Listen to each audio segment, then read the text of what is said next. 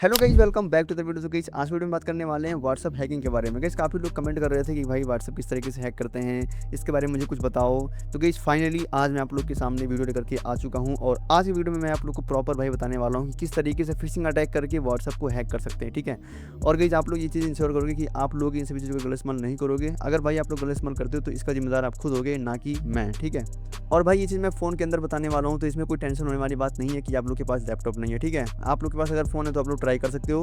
बाकी yes guys, काफ़ी खास होने वाला है वीडियो, काफ़ी इंटरेस्टिंग होने वाला है भाई। तो आप लोग वीडियो पूरा एंड तक देखना गाइस। चलो शुरू करते हैं गाइस बिना किसी देरी के, लेट्स गो भाई।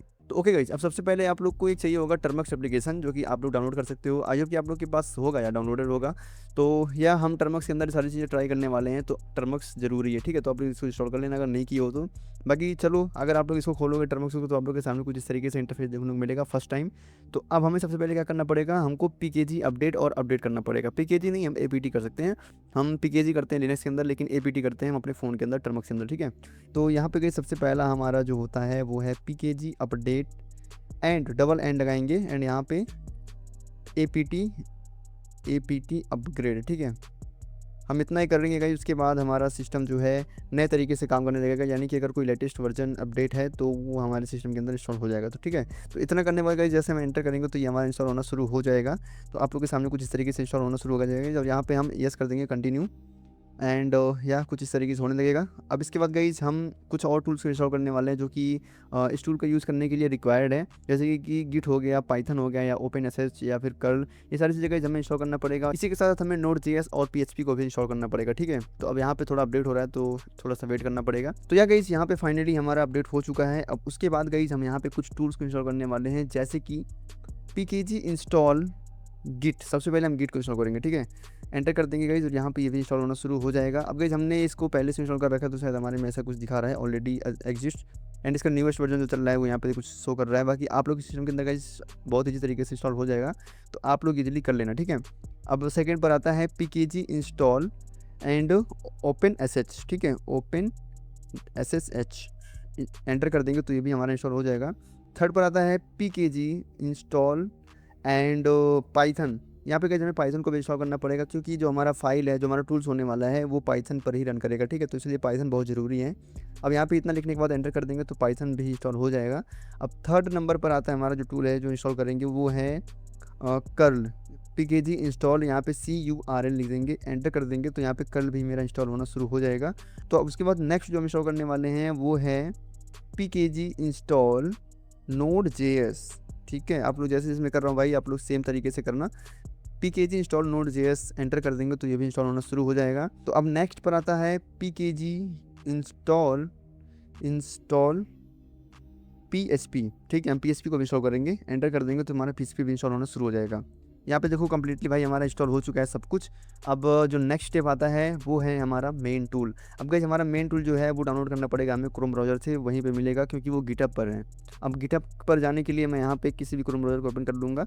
अब गाइस यहाँ पे ब्राउज़र को ओपन करने के बाद हम यहाँ पे सिंपली सर्च करेंगे। यहाँ पे सिंपली सर्च करेंगे हम डार्क फिश एंड गिटहब, ठीक है। गिटहब लिख देंगे, डार्क फिश गिटहब, एंटर कर देंगे गाइस। तो हमारे सामने कुछ इस तरीके से देखने को मिलेगा, बहुत सारे ऐसे ऑप्शन मिलेंगे।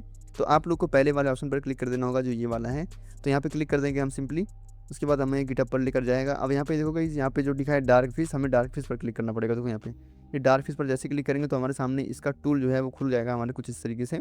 अब यहाँ पे इंस्टॉलेशन सेक्शन के अंदर आएंगे तो हमें कुछ इस तरीके से देखने को मिलेगा। हमें जो सेकंड वाला ये चीज़ देखने को मिल रहा है, हमें सिंपली इसको कॉपी कर लेना होगा और हमें इसको भी इंस्टॉल करना पड़ेगा अपने टर्मिनल के अंदर।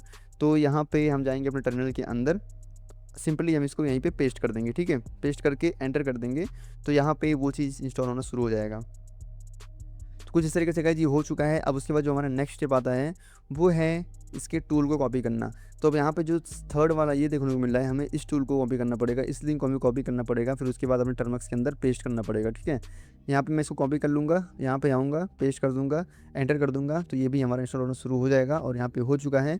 उसके बाद गाइस ये ऑटोमेटिकली डार्क फिश के अंदर आ जाएगा, ठीक है।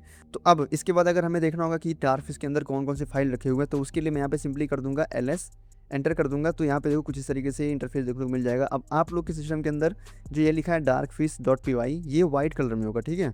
ये वाइट कलर में होगा, ये आप लोग को इस सिस्टम के अंदर ग्रीन कलर का नहीं होगा। तो इसको ग्रीन करने के लिए यानी इसको एग्जीक्यूटिव परमिशन देने के लिए हम यहाँ पे कुछ टूल्स को यूज़ करते हैं, कुछ कमांड को यूज़ करते हैं, जिससे कि इसको परमिशन मिल जाता है इसको एग्जीक्यूट करने के लिए, ठीक है। तो अब डार्क फिश के अंदर आने के बाद गाइस हम इसको परमिशन देंगे इसको एग्जीक्यूटेबल बनाने के लिए, ठीक है। यहाँ पे सिंपली लिख देंगे chmod एंड 777 करने के बाद उसके बाद गाइस हम यहाँ पे ls जो ये वाला चीज़ है हमें इसको सिंपली कॉपी कर लेना होगा एंड यहाँ पे आकर के हमको पेस्ट कर देना होगा, ठीक है। सेम चीज़ आप लोग पेस्ट करना, जो ग्रीन वाला है आप लोग के सिस्टम के अंदर वो वाइट होगा। एंटर कर देंगे तो यहाँ पे वो उसको एग्जीक्यूटेबल परमिशन मिल जाएगा, ठीक है। अब इसके बाद जो हमारा नेक्स्ट आता है उसमें हम यहाँ पे ट्राई करेंगे ls करके। तो अब यहाँ पे देखो ग्रीन कलर का आ चुका है, मेरे भाई पहले से आ चुका है। अब आप लोग के सिस्टम के अंदर भी यहाँ पे ग्रीन कलर में आ जाएगा। तो जैसे ही आप लोग सेकंड चांस ls करोगे उसके बाद आप लोग के सामने ग्रीन खुल के आ जाएगा ये, ठीक है। तो कुछ इस तरीके से होगा। अब गाइस अब हमारा आता है मेन पॉइंट। अब हम यहाँ पे करेंगे पाइथन लिखने के बाद अब हमें इसी सेम चीज़ को कॉपी कर लेना होगा एंड यहाँ पे आकर के पाइथन के आगे पेस्ट कर देना होगा। एंटर कर देंगे तो यहाँ पे देखो ये इंस्टॉल होना शुरू हो जाएगा। अब भाई यहाँ पे कुछ एरर देखने को मिल रहा है, ये कह रहे हैं कि नो मॉड्यूल नेम tkinter। तो यहाँ पे गाइस हमें tkinter को भी इंस्टॉल करना पड़ेगा, क्योंकि गाइस ये एक इंटरफेस प्रोवाइड करता है जो कि पाइथन में होता है, ठीक है। तो इसको इंस्टॉल करने के लिए गाइस मैं यहाँ पे कुछ कमांड लिखने वाला हूँ, आप लोग बहुत ध्यान से देखो। मैं यहाँ पे लिख दूंगा pkg इंस्टॉल एंड पाइथन और यहाँ पे डैश करके मैं लिख दूंगा यहाँ पे tkinter। हम इसको सिंपली कॉपी कर लेंगे यहाँ से tkinter, यार हम टाइप ही कर लेते हैं, ठीक है। tkinter, ठीक है, कुछ इस तरीके से हम टाइप कर लेंगे। tkinter टाइप करने के बाद गाइस यहाँ पे हम एंटर कर देंगे, ठीक है। तो ये कुछ इस तरीके से होने लगेगा। अब यहाँ पे क्या रहा है, do you want to continue, तो हम लोग बोलेंगे यहाँ पे यस, वाई प्रेस कर देंगे, एंटर कर देंगे तो ये भी वर्किंग करना शुरू कर देगा। अब उसके बाद ये भी इंस्टॉल लेना शुरू कर देगा। गाइस थोड़ा टाइम ले सकता है आप लोग के सिस्टम के अंदर, बाकी थोड़ा सा वेट करना पड़ेगा। तो ओके गाइस अब यहाँ पे देखो आप लोग के सामने कुछ इस तरीके से कम्प्लीटली इंस्टॉल हो चुका है। अब हम फिर से ट्राई करेंगे कि हमारा फाइल जो है रन कर रहा है कि नहीं। तो उसके लिए मैं यहाँ पे सिंपली फिर से लिख दूंगा पाइथन एंड मैं यहाँ पे फिर से गाइस कर दूंगा ls, ठीक है। ls करने के बाद इसको मैं सिंपली फिर से कॉपी करूँगा। कॉपी करने के बाद मैं फिर से इसको रन कराऊंगा पाइथन लिख करके एंड यहाँ पे मैं पेस्ट कर दूंगा इसको। अब यहाँ पे एंटर करेंगे तो यहाँ पे देखो गाइस ये कम्प्लीटली हमारा इंस्टॉल हो चुका है और ये अच्छी तरीके से रन भी कर रहा है, ठीक है। इसके अंदर बहुत सारे टूल्स देखने को मिल रहे हैं। आप लोग को जिस टूल का यूज़ करना है, जिस टूल का आप लोग को फिशिंग लिंक जनरेट करना है, वो चीज़ आप लोग यहाँ पे ट्राई कर सकते हो। अब बाकी अगर हम व्हाट्सएप की बात करें तो गाइस व्हाट्सएप के लिए हम यहाँ पे देखो 41 पर यहाँ पे देखो लिखा गया है व्हाट्सएप। यहाँ पे देखो 41 पर लिखा गया है व्हाट्सअप, यानी व्हाट्सअप के लिए हम 41 प्रेस करेंगे तो व्हाट्सअप के लिए हमारा टूल रन करेगा। 41 को एंटर करने के बाद गाइस एंटर कर देंगे। अब यहाँ पे पूछ रहा है कि लोकल होस्ट में खोलना चाहते हो या फिर ngrok में या फिर ngrok में या फिर क्लाउड फ्लैट पे, किस चीज़ पे। तो हम यहाँ पे सिंपली कर देंगे 01 यानी लोकल होस्ट पर। मैं आप लोगों को गाइस दिखाने के लिए सिर्फ लोकल होस्ट पर कर रहा हूँ, और अगर आप लोग किसी को भेज रहे हो तो आप लोग भेज सकते हो, लेकिन लोकल होस्ट पर नहीं भेज सकते, ठीक है। तो यहाँ पे 01 करने के बाद एंटर कर देंगे तो ये हमारा PHP सर्वर इंस्टॉल करना शुरू कर देगा, वो सर्वर हमारा स्टार्ट हो जाएगा। अब उसके बाद तो यहाँ पे कह रहा है मॉडिफाई द URL, मैं बोल दूंगा नो सिंपली, ठीक है। नहीं, मुझे कुछ नहीं करना है, बस मुझे एक लिंक जनरेट करके दो जिससे मैं व्हाट्सअप हैक कर सकूँ। अब यहाँ पे एंड करने के बाद आप लोग के सामने कुछ इस तरीके से एक लिंक देखने को मिल जाएगा। यही लिंक गाइज हमारा मेलिसिस लिंक होने वाला है। अब इस लिंक को सिंपली हम कॉपी कर लेंगे और गाइज मैं जाऊँगा अपने क्रोम ब्राउज़र के अंदर फिर से एक बार, एंड क्रोम ब्राउज़र के अंदर जाने के बाद गाइस मैं यहाँ पे इस चीज़ को पेस्ट कर दूंगा, ठीक है। तो भाई आप लोग से एक रिक्वेस्ट है कि आप लोग भाई इस चीज़ का बिल्कुल भी गलत इस्तेमाल मत करना, क्योंकि ये एक इलीगल चीज़ है, बस मैं एजुकेशन पर्पज़ के लिए आप लोग को बता रहा हूँ, ठीक है। तो इसीलिए आप लोग को ध्यान रखना पड़ेगा कि अगर मैं कुछ सोच करके आप लोग को बता रहा हूँ तो आप लोग इन सभी चीज़ों का गलत इस्तेमाल नहीं करोगे, ठीक है। अब यहाँ पे वो लिंक पेस्ट करने के बाद एंटर कर देंगे तो हमारे सामने कुछ इस तरीके से देखो इंटरफेस देखने को मिल जाएगा। अब यहाँ पे क्या करेगा, यूज़र जो है यहाँ पे कोई अपना नंबर डालेगा, ठीक है, जो भी उसका नंबर है। अब यहाँ पे उसको पता नहीं होगा, वो सोचेगा कि मेरा व्हाट्सएप लॉगआउट हो गया ऑटोमेटिकली और मुझे फिर से लॉगिन करना है, तो यहाँ पे कोई नंबर डालेगा 10 नंबर का। अब उसके बाद कंटिन्यू कर देगा। अब यहाँ पे उसके फ़ोन पर एक OTP आएगा, तो वो OTP जैसे ही वहाँ पे एंटर करेगा, लॉगिन करने का ट्राई करेगा, जैसे लॉगिन पर क्लिक हो गई वैसे ही फिर से गूगल पर रिडायरेक्ट कर देगा।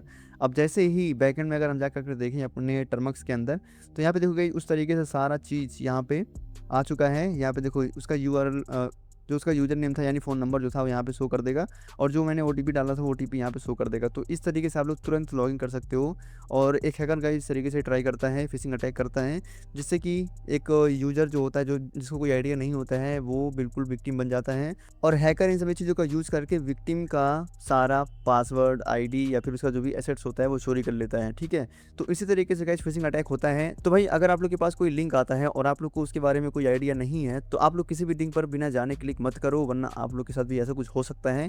तो इसलिए गाइस आप लोग को ध्यान देना पड़ेगा कि हमें किसी भी लिंक पर क्लिक नहीं करना होता है और हमें बच के रहना पड़ता है। कोई मैलिशियस लिंक आए तो हमें उसको इग्नोर करना होता है। और कोई भी अगर भेजे भाई, कोई आपका दोस्त हो गया या फिर कोई और हो गया, तो ऐसे किसी भी लिंक पर बिना जाने क्लिक मत करो। कुछ इस तरीके से गाइस हैक होता है। एंड बस यही रहा, आप लोग भी गाइस एक बार ट्राई करो, अब देखो कि किस तरीके से होता है। एंड अब गाइस आप लोग बताना मुझे कि आप लोग को और किस चीज़ पर वीडियो चाहिए जिसमें मैं आप लोग को वीडियो बनाऊं और आप लोग भी उसके बारे में जान सको, ठीक है। तो ओके गाइस, आज के लिए बस नहीं गाइस, मिलते हैं किसी और नए वीडियो में। जय हिंद, जय भारत।